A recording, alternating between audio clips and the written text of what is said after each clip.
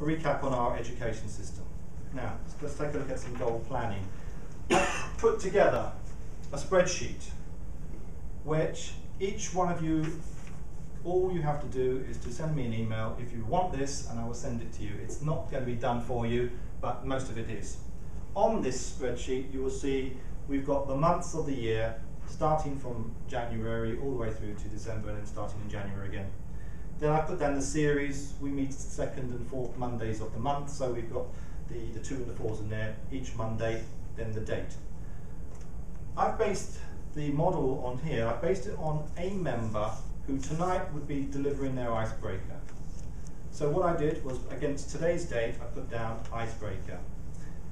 Unfortunately, the next meeting, this particular member can't attend. But the following meeting, they're going to take part in the table topics evaluator, which is part of the Competent Leadership Manual, part 1. So that's going to go on there. Second meeting, she feels that she only wants to take part in table topics, so she's going to do that. Following meeting, she's going to take on the role of grammarian. She's been working in the meantime with her mentor, so by the 9th of April, she's ready to do speech number 2. The next meeting turns up is the International Speech Contest. This may or not be the right date, but I put it down as an illustration. She can't speak in the contest, but she can take part and do other roles there. And so on, all the way through to the end of the year. So by this ranking of planning, 1 speech, 2 roles, you can do 5 speeches if you're a brand new member starting in January. This is not going to be set in stone.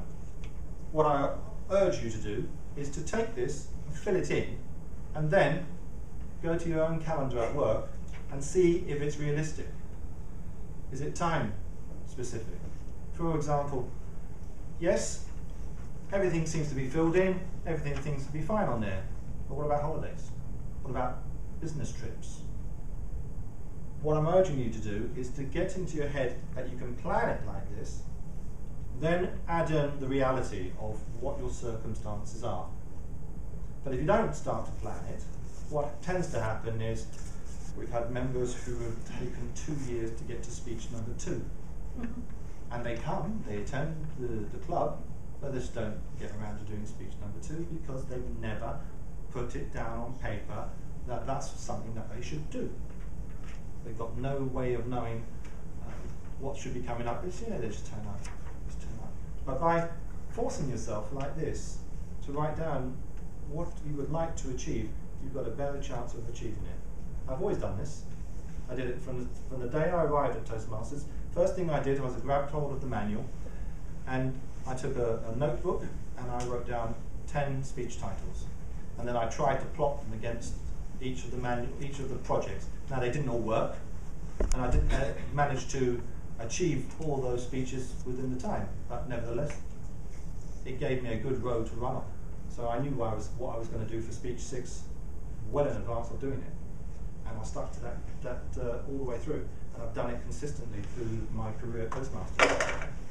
I've taken over a year to find the right opportunities to deliver a speech title, which came to me ages ago.